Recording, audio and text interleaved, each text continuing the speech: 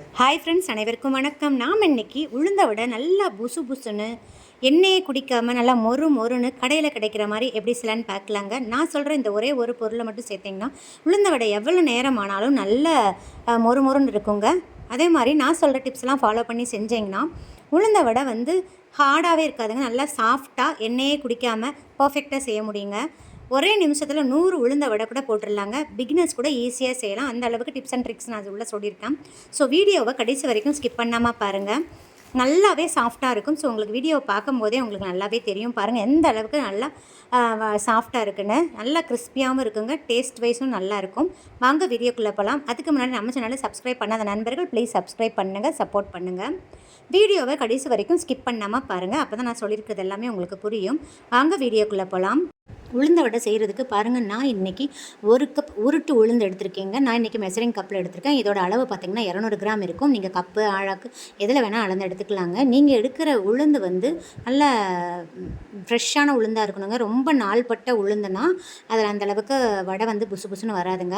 So நல்ல ஃப்ரெஷ்ஷான உளுந்தாக எடுத்துக்கோங்க. நல்லா உருட்டு உளுந்தாக எடுத்துக்கோங்க. இப்போ பாருங்கள், நம்ம இதில் ஒரே ஒரு சீக்ரெட் இன்க்ரீடியன்ட் தான் சேர்க்க போகிறோம். பச்சரிசி தாங்க சேர்க்க போகிறோம். மாவு பச்சரிசி சேர்த்துக்கோங்க. பொங்கல் பச்சரிசி சேர்க்க வேண்டாம், அந்தளவுக்கு நல்லா இருக்காது. மாவு பச்சரிசின்னு கடையில் கிடைக்கும், இப்போ கேட்டு வாங்கி செய்யுங்க. இப்போ பாருங்கள், இதே ஸ்பூனில் நார்மல் டீஸ்பூனில் 2 ஸ்பூன் சேர்த்தா போதுங்க. அதிக அளவு பச்சரிசி சேர்க்கக்கூடாதுங்க, ஹார்ட் ஆயிரும். அதுவும் இல்லாமல் எண்ணெயும் குடிக்க ஆரம்பிச்சிடும். அதனால் 2 ஸ்பூன் மட்டும் சேர்த்தா போதுங்க. 200 கிராம் உளுந்துக்கு 2 ஸ்பூன் பச்சரிசி, மாவு பச்சரிசி. இப்போ பாருங்கள், தண்ணி ஊற்றி நல்லா இந்த மாதிரி அழுத்தம் கொடுத்து நல்லா வாஷ் பண்ணிடுங்க. அப்போ தான் அந்த உளுந்துக்கு மேலே இருக்கிற பிசு பிசுப்பு தன்மையெல்லாம் போயிட்டு உளுந்த வடை நல்லா சாஃப்டாக வருங்க. இப்போ நல்லா வாஷ் பண்ணியாச்சு. நெக்ஸ்ட்டு குடிக்கிற தண்ணியை இந்த உளுந்து மூழ்கிற அளவுக்கு ஊற்றிடுங்க. குடிக்கிற தண்ணி தாங்க ஊற்றணும், ஏன்னா அந்த தண்ணியை பயன்படுத்தி தான் நம்ம அரைக்க போகிறோம். இப்போ உளுந்து மூழ்கிற அளவுக்கு ஊற்றியாச்சு. இப்போ மூடி போட்டு க்ளோஸ் பண்ணிவிட்டு ஃப்ரிட்ஜில் வச்சுருங்க. இது கண்டிப்பாக ஒரு 2 ஹவர்ஸ் ஊறணுங்க.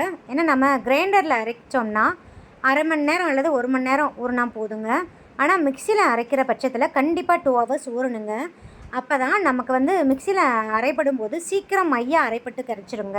இல்லாட்டி நம்ம சரியாக ஊற வைக்கலைன்னா அதை அரைக்கிற டைம் அதிகமாக எடுக்கும். அதனால் நமக்கு மிக்சி சூடாயிருங்க. ஸோ உளுந்த வடை அந்தளவுக்கு புசு புசுன்னு வராதுங்க. ஸோ கண்டிப்பாக 2 ஹவர்ஸ் ஊறணும்.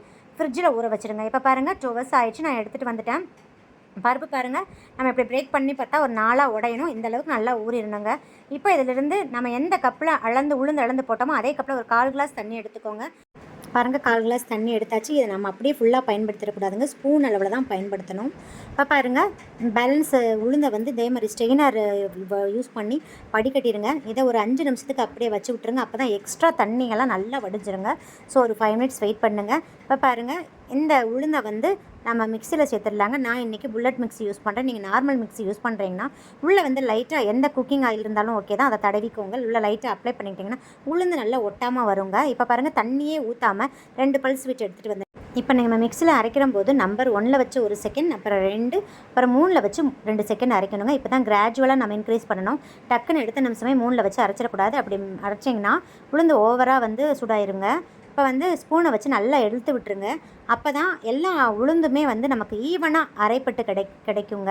அதனால் நல்லா ஸ்பூனில் வச்சு எடுத்து விட்டுருங்க. ஸ்பூனில் வச்சு எடுத்தது எனக்கு மிஸ் ஆகிடுச்சு. இப்போ மறுபடியும் தண்ணி ஊற்றாமல் நல்லா அரைச்சிட்டு வந்துடுங்க. இப்போ பாருங்கள், நான் அரைச்சிட்டு வந்துட்டேன். இப்போ ஒரு 2 ஸ்பூன் தண்ணி ஊற்றிக்கோங்க. நம்ம எடுத்து வச்சுருந்தோம் பார்த்தீங்களா சில் வாட்டர், அந்த தண்ணியை ஊற்றிக்கோங்க. 2 ஸ்பூன் அளவில் தாங்க ஊற்றணும். ஊற்றிட்டு நல்லா அரைச்சிருங்க. அதே மாதிரி தான் ஸ்பீடை கிராஜுவலாக இன்க்ரீஸ் பண்ணணும். இதே நீங்கள் புல்லட் மிக்ஸினா ஒரு 2 செகண்ட் கேப் விட்டு அரைச்சிக்கோங்க. பாருங்கள், மறுபடியும் நான் ஒரு 2 ஸ்பூன் தண்ணி ஊற்றிக்கிறேங்க. 2 ஸ்பூன் ஊற்றியாச்சு. இப்போ நான் சொன்ன மாதிரியே ஸ்பீடில் அரைங்க. இப்போ பாருங்கள், மாவு நல்லா எந்த அளவுக்கு பொங்கி வந்திருக்குன்னு. இந்த அளவுக்கு மாவு பொங்கி நமக்கு அரைப்பட்டால் தான் உளுந்த வடை நல்லா புசு புசுன்னு கிடைக்குங்க. அதனால் தண்ணியை தெளித்து அரைங்க. பாருங்கள், நல்லா பொங்கி வந்துருச்சு. நல்ல வெண்ணெயாட்டம் அரைப்பட்டுருச்சுங்க. எனக்கு 5 ஸ்பூன் தாங்க ஆச்சு. 5 ஸ்பூன் மேலே போகக்கூடாது. மிஞ்சி போனால் ஒரு 6 ஸ்பூன் ஆகலாங்க. அதுக்கு மேலே தண்ணி ஊற்றாதீங்க. நம்ம எடுத்த 1/4 கிளாஸில் எனக்கு 2 ஸ்பூன் மிச்சம்தாங்க இருக்குது. இப்போ பாருங்கள், இதை ஒரு பவுலுக்கு சேர்த்துடலாம். பாருங்கள், மாவு அந்த பவுலில் கூட ஒட்டலை பாருங்கள். இதுதான் கரெக்டான பதம். இந்த மாவை எடுத்து இப்படி போட்டோம்னா நல்லா பொத்துன்னு விழுகிற சவுண்டு கேட்கணுங்க. இந்த மாதிரி தான் இருக்கணும். உங்களுக்கு ரொம்ப கெட்டியாக இருக்கிற மாதிரி தெரியும். நம்ம வெங்காயம்லாம் சேர்க்குறச்ச ரொம்ப நீர்த்து போயிருங்க. அதனால் நமக்கு இந்த பதத்தில் தான் நம்ம அரைக்கணும். ஸோ நமக்கு தண்ணியோட அளவு ரொம்ப ரொம்ப முக்கியங்க. ஸோ இந்த மாதிரி கெட்டியாகவே அரைச்சிக்கோங்க. இப்போ வந்து உளுந்த வடை நல்லா சாஃப்டாக இருக்கிறதுக்காக நம்ம கையை வச்சு இந்த மாதிரி மிக்ஸ் பண்ணி கொடுத்துருங்க. நல்லா இந்த மாதிரி அடித்து விட்ருங்க. இந்த மாதிரி அடிக்க அடிக்க நல்லா நுரைச்சி வருங்க. கையில் அடிக்கிறதுக்கு கஷ்டமாக இருந்துச்சுன்னா இந்த மாதிரி டிஸ்க்கு யூஸ் பண்ணிக்கோங்க. அப்படி இல்லைன்னா உங்கள்கிட்ட எலக்ட்ரிக் பீட்டர் ஏதாவது வச்சுருந்தீங்கன்னா அதை வச்சு நல்லா அப்படியே ஒரு 5 நிமிஷத்துக்கு இந்த மாதிரி அடித்தா போதுங்க. நல்லா நுரைச்சி அப்படியே வெள்ளையாக வெண்ணெயாட்டம் திரண்டு வந்துடுங்க. இந்த மாதிரி புசு திரண்டு வந்துருச்சுன்னா உளுந்த வடை நல்லா சாஃப்டாக கிடைக்குங்க. இப்போ வந்து ஒரே தான் அவங்களுக்கு அடிக்கிறதுக்கு கை வலிக்கும். அதனால் ஒரு செகண்ட் 2 செகண்ட் வந்து கேப் விட்டு ரெஸ்ட் எடுத்துகிட்டு அதுக்கப்புறம் அடிச்சுக்கோங்க. ஒரு 5 நிமிஷம் அடித்தா போதுங்க. இப்போ பாருங்கள், உங்களுக்கு இருந்ததுக்கும் இந்த இப்போ பார்க்குறதுக்கும் உங்களுக்கு நல்லா மாவு பொங்கி வந்திருக்கு பாருங்கள். இப்போ மாவோட பதம் பார்த்துடலாங்க. இப்போ கொஞ்சமாக மாவு எடுத்து இதே மாதிரி ஒரு பவுலில் போட்டு பார்த்தீங்கன்னா அப்படியே தண்ணியில் மிதக்கணுங்க, உள்ளே முழுகக்கூடாது. இப்படி இருந்தால் மட்டும்தான் உங்களுக்கு உளுந்த வடை நல்லா சாஃப்டாக புசு புசுன்னு எண்ணெய் குடிக்காமல் வருங்க. ஸோ இந்த டிப்ஸை ஃபாலோ பண்ணி பாருங்கள். இப்படி செக் பண்ணும்போது உங்களுக்கு மூழ்குச்சுன்னா இன்னும் கொஞ்சம் நேரம் நல்லா விஸ்க வச்சு பீட் பண்ணிவிட்டு அதுக்கப்புறம் செக் பண்ணி பாருங்கள். இப்போ உளுந்த வடைக்கு நம்ம மாவு எடுக்கும்போது கிண்ணத்தோட நடுப்பகுதியிலேருந்து எடுக்காதீங்க. இப்படி ஓரத்தில் அந்த கிண்ணத்திலோட ஓரத்துலேருந்து எடுத்து அப்படியே லைட்டாக உருட்டிக்கோங்க. கையில் உருட்டிட்டு அப்படியே குழி போட்டுருங்க. அதை தட்ட வேண்டாம், வடையை தட்டாமல் அப்படியே போட்டு பாருங்கள். சூப்பராக விழுகுங்க, ரவுண்ட் ஷேப்பாக விழுகும். உளுந்த மாவை கிண்ணத்துலேருந்து எடுக்கிறதுக்கு முன்னாடி லைட்டாக தண்ணியில் கையை தொட்டுக்கணுங்க. இந்த உளுந்த மாவுக்கு தேவையான அளவு சால்ட்டு சேர்த்துடலாம். சேர்த்துட்டு இது கூடயே கொஞ்சமாக வெங்காயம் நல்லா பொடியாக கட் பண்ணிக்கோங்க. கொஞ்சம் கருவேப்பிலையும் நல்லா பொடியாக கட் பண்ணிக்கோங்க. கொஞ்சமாக ஒரு துண்டு இஞ்சி தோலெல்லாம் நீக்கிட்டு கட் பண்ணி வச்சுக்கோங்க.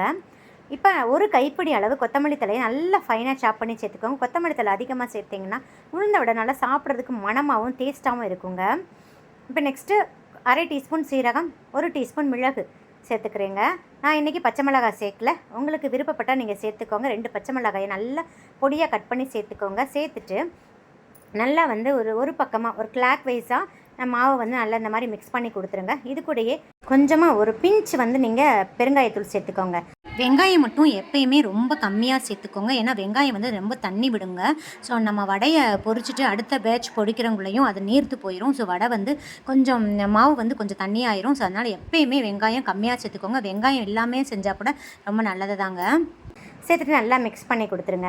இப்போ வந்து நம்ம வடை போடுறதுக்கு முன்னாடி இதே மாதிரி ஒரு பவுலில் தண்ணி வச்சுட்டு லைட்டாக தண்ணியில் வந்து கையை நினச்சிக்கோங்க. அப்படியே மூழ்க வைக்கக்கூடாது, லைட்டாக அப்படி தொட்டுட்டு சொட்டக்கூடாது. அப்புறம் நம்ம எப்பயுமே சொன்ன மாதிரி தான் அந்த கிண்ணத்தோட விளிம்பிலிருந்து அப்படியே டக்குன்னு எடுத்து ஒரு உருண்டையாக உருட்டி ஓட்டை போட்டு அப்படியே போடுங்க. இதே மாதிரி டைரெக்டாக நமக்கு எண்ணெயில் போட்டு பொரிக்கிறதுக்கு கொஞ்சம் பயமாக இருக்கும். எண்ணெயெல்லாம் கையிலலாம் தெரிக்குமோன்ற பயம் இருக்குங்க. பிகினர்ஸ்க்குலாம் ரொம்ப கஷ்டமாக இருக்கும். ஸோ அதுக்குன்னு ஒரு டிப்ஸ் இருக்குங்க, ரொம்ப நல்லா எஃபெக்டிவாக இருக்கும். பிகினர்ஸ்க்கு மட்டும் இல்லை, எல்லாத்துக்குமே ரொம்ப யூஸ்ஃபுல்லாக இருக்கும். இதே மாதிரி ஆளாக்கு எல்லார் வீட்லேயும் இருக்கும். அதில் நான் அந்த காப்படி ஆளாக்கு எடுத்துக்கிறேங்க. அது ரொம்ப சர்ஃபேஸ் கொஞ்சம் அகலமாக இருக்கிறதுனால ரொம்ப யூஸ்ஃபுல்லாக இருக்கும். இதில் வந்து நம்ம யூஸ் பண்ணுற பாலித்தீன் கவரை மாட்டி விட்டுருலாங்க. இந்த பாலித்தீன் கவரை நல்லா தண்ணி ஊற்றி கழுவிட்டு சுத்தமாக கழுவிட்டு இதில் மாட்டி விட்டுருங்க. நல்லா இந்த மாதிரி மாட்டி விட்டுருங்க. ஸோ இந்த பாலித்தீன் கவர் வந்து கலராமல் இருக்கிறதுக்காக இந்த மாதிரி ரப்பர் பேண்டை போட்டு டைட் பண்ணிடுங்க. பாருங்கள், இப்போ நல்லா டைட் ஆயிடுச்சு.